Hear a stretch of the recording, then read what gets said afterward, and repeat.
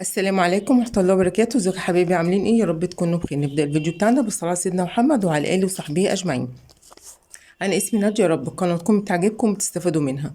النهاردة بقى هقول لكم على فكرة حلوة جدا إن شاء الله. ازاي تجيبي ب50 جنيه لحوم طول الشهر. طبعا مش ب50 جنيه لحوم طول الشهر، بس ازاي انك تجيبي، يعني اقول لك على فكرة حلوة تقتصدي فيها جدا في بند اللحوم. سواء بقى الميزانيات اللي هي الميزانيه المحدوده، ميزانيه متوسطه، حتى لو انت ميزانيتك كبيره وعايزه توفري هتبتدي تعملي كده. كلنا داخلين على مدارس، ولادنا محتاجين طبعا ياكلوا كويس وياكلوا بروتين عشان المذاكره والتغذيه والكلام من ده. وفي نفس الوقت محتاجين برضو انه احنا نجيب لهم كتب وهندفع دروس والدنيا كلها اللي جايه بتاعت المدارس دي. فالناس كلها بتقتصد على قد ما تقدر في الفتره اللي جايه دي، ابتداء من شهر بقى ايه، لان الناس بدات اصلا دروس. مش عايزه اطول عليكم. المهم ان ازاي ب50 جنيه تجيبي بيها بروتين. دلوقتي الميزان الميزان اللي هو الديجيتال ده، اللي هو بتحطي الحاجه بتوزني زي ما بتطلع بقى كده، 100 جرام 200 جرام، بيوزن لك على حسب ما انت عايزه. وفر علينا كتير في ناحيه ايه، في كل حاجه بصراحه، مش في اللحوم بس، في كل حاجه. فانت مثلا دلوقتي لو نزلتي للراجل عايزه تجيبي مثلا، انت ميزانيتك باليوميه او بالاسبوع او بالشهر، تمام. بس كلنا دلوقتي ميزانيتنا مهما كانت الفلوس كتيره فهي بقت محدوده بالنسبه للاسعار اللي عماله تغلى، تمام. فاحنا هنعمل ايه؟ انا هنزل مثلا، هنزل لو انا ميزانيتي يوميه مثلا، هنزل كل يوم هجيب ب50 جنيه بروتين. انا مثلا يومي الفلوس بتاعتي باخدها بالمصروف باليوم، فانا هاخد المصروف بتاعي هعمل 50 جنيه كده على جنب، دي بتاعت البروتين. يعني انا باخد 200 جنيه، 150. طبعا احنا مش بناكل لحوم بس في اليوم، احنا بناكل ايه؟ بتاكلي خضار، بتاكلي مثلا او خضروات عامه، بتاكلي لحوم او بروتين، اي نوع بروتين بتاكلي. بتجيبي بقى طبعا هتجيبي شاي، هتجيبي بهارات، هتجيبي رز، هتجيبي مكرونه. فالبيت مش مقتصر على اللحوم بس، تمام. فاحنا هناخد، لو انت 200 جنيه بتاخديهم في اليوم، هتاخدي 50 جنيه تشيليها على جنب كده للبروتين. وبقيه ال 150 جنيه احنا عاملين ميزانيات ياما، حسب ما انت بقى هتطبخي هتجيبي حاجتك، تمام. فانت بقى ال50 جنيه بتاعت البروتين دي هتجيبي بيها ايه كل يوم؟ هتجيبي بيها البروتين. هتجيبي بايه؟ هتجيبي مثلا ب50 جنيه لحمه مفرومه. ناديه في ب50 جنيه لحمه مفرومه. زي ما قلت لكم ميزان الديجيتال ما بيخليش حد ما بيعرفش. بتجيبي حتى لو ب30 جنيه، وهو هيحط على الميزان، وزي الميزان ما هيطلع لك ب30 جنيه هيديك حتى لو معلقه، تمام. فدلوقتي هما كمان الناس عارفه ظروف الناس، فما بقاش حد بيتكلم بصراحه. وانت بتاخدي بفلوسك، انت مش واخده ببلاش. ما بتروحيش تمدي ايدك ليه وتقولي اديني ببلاش، تمام. فانت هتروحي تقولي عايزه ب50 مفروم، او ب50 صدق، او ب50 بانيه، تمام. اي حاجه هتشتريها ب50 جنيه. حتى الكبد، وهقول لك دلوقتي هتزودي كميتهم ازاي. حتى برضو الكبد والقوانص ممكن تجيبي ب50 جنيه. هو الكيلو مثلا دلوقتي عامل 70، فانت لو جبتي ب50 جنيه هيبقى ايه؟ نص وشويه، تمام. فانت عايزاكي بس المعنى بالمفهوم، يعني ان انت مش لازم تختصري ان انت تروحي تجيبي ربع او نص كيلو او كلام من ده، لا، على حسب ميزانيتك. هاتي ميزانيتك تسمح ب30 جنيه لحوم، بعد ما قسمتي الميزانيه بتاعتك اليوميه هاتي ب50 جنيه لحوم، هاتي ب30 جنيه لحوم، هاتي ب40 جنيه لحوم. مش لازم تمشي بالايه، بانك تجيبي ربع او نص، تمام. ممكن تجيبي اجنحه. ال50 جنيه لو جبتي بقى اجنحه هيبقى حوالي كيلو وربع، لان الكيلو ب40 جنيه. فلو جبتي كيلو وربع اجنحه وعملتيهم مثلا، اخدتي الاجنحه دي عملتيها بتتبيله شويه بهارات كده وشويه زيت كده، وحطيتيهم في صينيه في الفرن، هيبقى في تتبيله فراخ مشويه او اجنحه مشويه بتتبيله الفراخ العاديه، وحطيهم في الفرن، هيبقى معاكي فراخ اجنحه مشويه، تبقى حلوه جدا جدا، ويبقى الاسم ان انت عملتي بروتين. ممكن الاجنحه دي تجيبي ب50 جنيه، هيبقى كيلو وربع، هتحطيها في صينيه بطاطس، هتبقى اكله حلوه جدا، وبرده هتبقى مشبعه مع شويه رز. الاجنحه ممكن تعمليها كنتاكي، بتبقى الاكلات حلوه جدا وهتعجب ولاد جدا، وتبقى اكله حلوه كده وشيك، والولاد بيحبوها كلهم. برضو بايه؟ ب50 جنيه انت ما صرفتيش حاجه، تمام.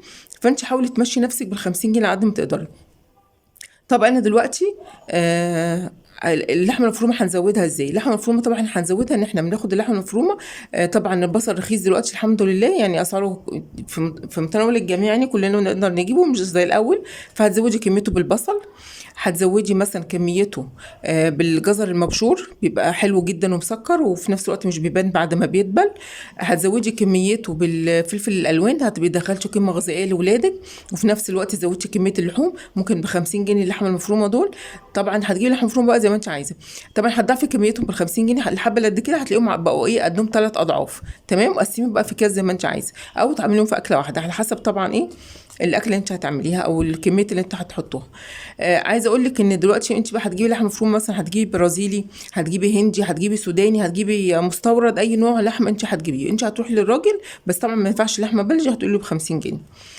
تمام. اللحمه البلدي ليها ميزانيه تانية. ال 50 جنيه دي بقى هتجيبي بيها اي نوع لحمه انت هتجيبي. انت هتروحي للراجل اللي هو بيبيع اللحمه المستورده او كده، وتقولي له انا عايزه ب 50 جنيه لحمه مفرومه.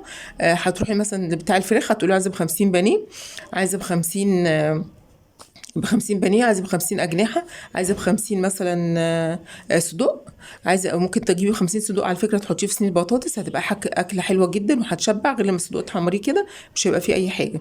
فانت هتجيبي 50 جنيه صدوق وتحطيه في صينيه بطاطس، وبرده جنبه شويه رز، هتبقى عملتي اكله من 50 جنيه بروتين. تمام.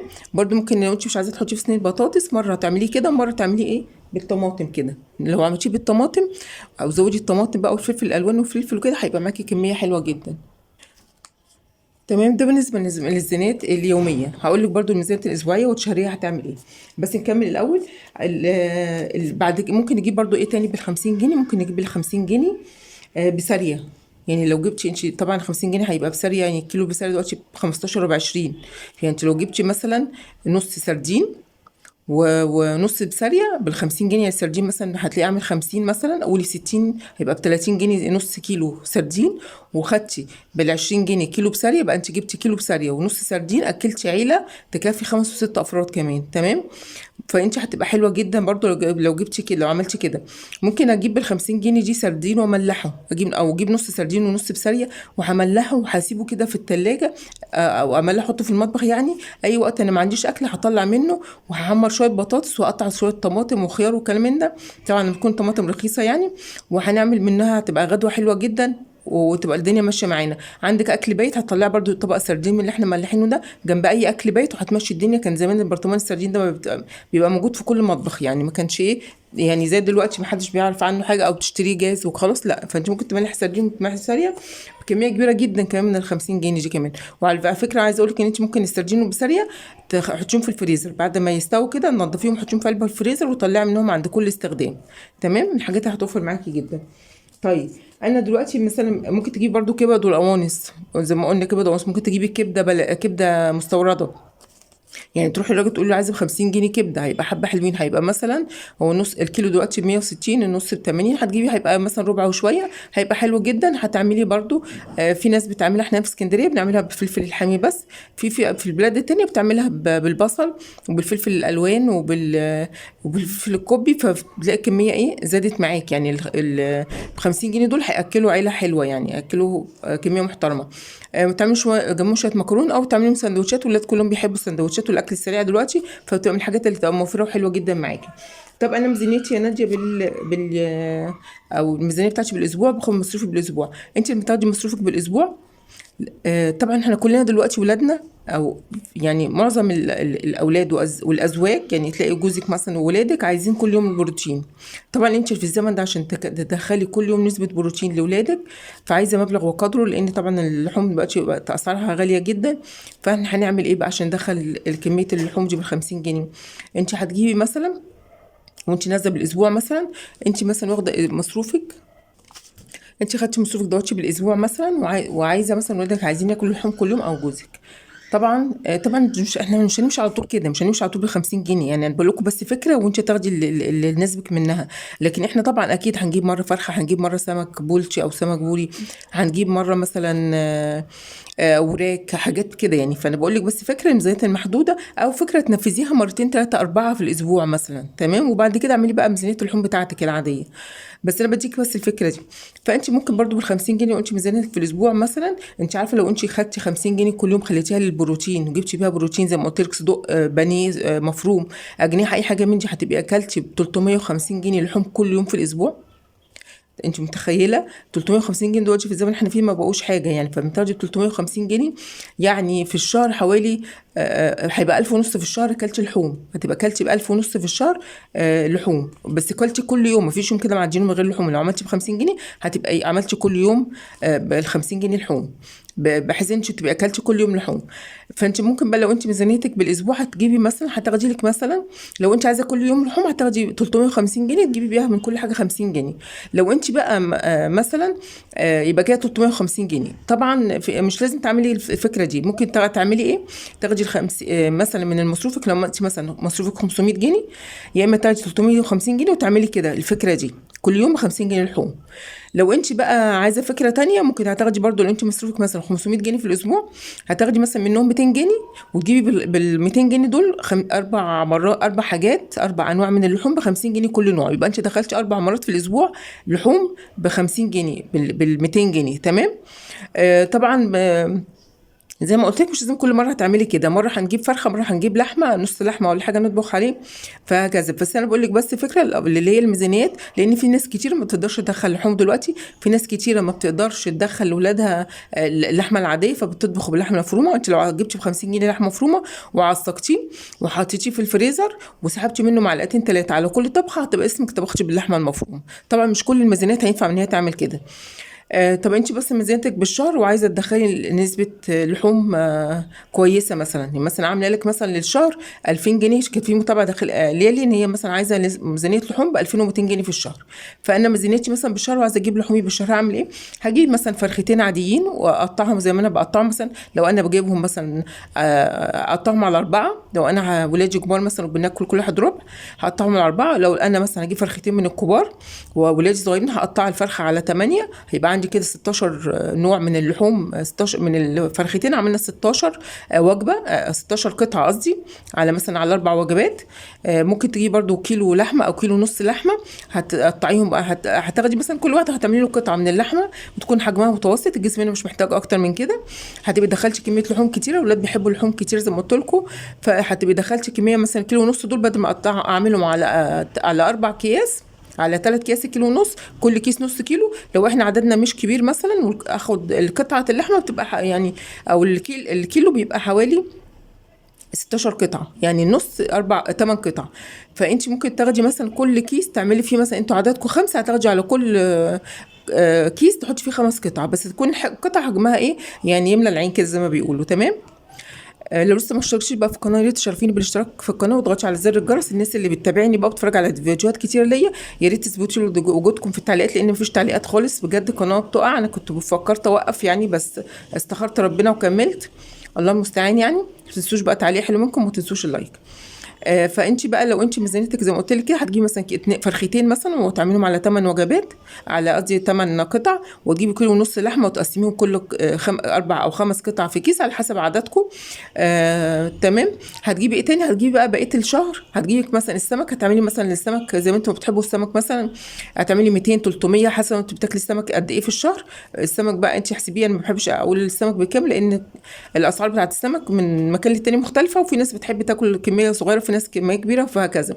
بقيه المصروف هاخده ايه؟ بقيه المصروف هاخده لو انا ولادي بقى عايزه اكلهم كل يوم لحوم، وانا عملت بقى خلاص، جبت الفرختين وجبت الكيلو ونص لحمه قسمتهم وجبت السمك وشلت فلوس السمك، الباقي بقى هاخدهم بقى، فاض معايا 200، فاض معايا 300، فاض معايا 500، فاض معايا 1000، هاخدهم اجيب بيهم خمسينات كده، 50 مفروم، 50 بانيه كده. بس انا طبعا مش هجيب بقى اروح اجيب ب 50 مثلا هجيب 2 كيلو بانيه ب 200 جنيه، كل قصدي 4 مرات بانيه مفروم ب 50 جنيه، لان هجيب ال 200 جنيه كلهم على بعضهم، طبعا على حسب اللي احنا كاتبينه. هجيب مثلا ب 200 جنيه لحوم واقسمه على 4 اكياس، او هجيب مثلا كيلو مفروم وهعصجه، وهزود قلت لكم زي ما قلت لكم كده، هنحط عليه البصل، نزود البصل والجزر والفلفل الالوان ونعصجه ونحطه في اكياس في الثلاجه. ممكن الكيلو دوت لما تحطي عليه الاضافات دي هيرمي معاكي فوق كيلو ونص، على حسب كميه الخضار اللي انت هتحطيه. يعني مش لازم برضو تبالغي قوي، لان احنا عايزين برضو ولادنا يحسوا بطعم اللحمه، مش لازم احط مثلا على كيلو اللحمه المفرومه 2 كيلو خضار، لا، ولا كيلو ونص. تمام. على حسب كميه الخضار اللي انت هتحطيها. برضو البانيه هنعمل كده، بس انا هبقى عارفه نفسي انا مقسماها، مثلا انا فاضل معايا مثلا 1000 جنيه، فانا هعمل 200 جنيه، هجيب بكل 200 جنيه مثلا، اعمل حسابي هجيب ب 50 في 50 في 50 في 50، يعني 4 خمسينات بانيه و4 خمسينات مفروم، يبقى انا هجيب 200 ب 200، هقول له عايزه 200 مفروم وعايزه ب 200 بانيه. تمام. وهقسمه بقى ايه في اكياس كده كأن انا جايباهم. وحاولي ما تخليش حاجتك كلها على بعضها. اول ما تجيبي الحاجه كده قسميها، هتعمل معاكي كميه حلوه. يعني الفراخ عشان توفري فيها، هتجيبي الفراخ هتقسميها زي ما تقسميها بقى على 4 قطع على 8 قطع على حسب حجم الفرخه. وخدي بقى الاجنحه بالرقابي ومع الكبد والقوانص شيليهم في، يعني خدي الكبد والقوانص حطيهم في كيس لوحدهم. لو هتجيبي عليهم ربع بعد كده وهتعملي بيهم مثلا ايه، رز بالخلطه. تمام. او تعملي طاجن لسان عصفور بالكبد والقوانص. او هتعملي كده اكله لسان عصفور، اكله كبد وقوانص على بعضها كده ومع شويه مكرونه. هتاخدي الاجنحه والرقبه هتاخديهم تحطيهم برده وتجمعيهم كده وتعمليهم في صينيه بطاطس، تبقى كده وعملتي وجبتين من لا شيء. تمام. بعد كده الفراخ هنكون قسمناها، ما تجيبي الحاجه على بعضها وتقسميها، بتعمل معاكي كميه احسن وبتعرفي تقسمي وتطلعي منها افكار اكتر. تمام. البانيه برضو لما تجيبيه على بعضه هتقسمي البانيه. هتاخدي مثلا البانيه، هتاخدي مثلا جزء هتعملي منه بانيه. لو هتعملي بانيه طبعا ما انصحكيش في الفتره دي انك تعملي بانيه، هتحاولي تعملي ستريبس بيعمل كميه اكبر. هتعملي ستريبس هتقطعي جزء وتتبليه الستريبس وتحطيه في المتبل جاهز. هتاخدي جزء تاني مثلا من البانيه هتقطعيها شاورما. في الشاورما من الحاجات اللي بترمي جدا. لو جبتي ب 50 جنيه بانيه وعملتي قطعتي معاه فلفل الوان مع فلفل كوبي مع شويه بصل مع شويه طماطم، هتبقى عملتي من ال 50 جنيه طبق قد كده يعني. تمام. هيبقى موفر جدا معاكي وهتبقي عملتي كميه الخضار هنزودها، فهيعمل معاكي كميه حلوه جدا بالنسبه للشاورما. والشاورما من الاكلات اللي الاولاد بيحبوها. تعمليها بقى سندوتشات كده في عيش سوري او في عيش من العادي بتاعنا، وتعمليها على النار كده تحمصيها لهم من على النار مع سندوتشات بطاطس سوري. هتبقى كده انت ايه، عملت لهم اكله حلوه جدا من 50 جنيه بروتين. تمام. الافكار كتيره جدا بس عايزه الايه اللي يشغل دماغه. فانت ممكن بال50 جنيه دي ان انت تعملي الفريزر بتاعك من 50 جنيه. هتاخدي من كل حاجه ب50 50 50 50 لغايه ما تملي الفريزر بتاعك، سواء كان يوم باليوميه بميزانيتك باليوم او بالاسبوع او بالشهر. فال50 جنيه دي هتوفر معاكي لو عملتي كده. وزي ما قلت لكم ميزان الديجيتال دلوقتي ما بيخليكيش ان انت عايزه ايه توزني ربع او نص، لان انا مش على قد امكانياتنا ب50 ب20. المهم ان احنا نطلع الصدقه بتاعتنا حتى لو بجنيه. وافضل صدقه شرب الماء، سقي الماء وطعام الطعام. لو انت نازله وخدتي سندوتش معاكي وانت نازله لاي حد، هيبقى هتاكلي طعام الجائع ده بيبقى طبعا صدقه كبيره جدا. خدتي اي سندوتش اكلتي اي حد في الشارع، الناس اللي هي بتنظف الشوارع دي بتبقى واقفه في عز الشمس وفي الحر، لو خدت لهم ازازه ميه ولا سندوتش ولا اي عامله كيكه، خدتي معاكي مثلا حته كيكه كده في طبق واكلتيهم، فانت كده كده طلعتي الصدقه بتاعتك. تمام. وطبعا نحمد ربنا على المصروف بتاعنا ان كان قليل او كتير، ونقول دعاء بتاعنا اللهم ارزقنا البركه في كل شيء رزقتنا بيه، ومع كل بركه بركتين. يا رب تكونوا استفدتوا بالفيديو النهارده وعجبكم، واشوفكم ان شاء الله في فيديو جديد. السلام عليكم.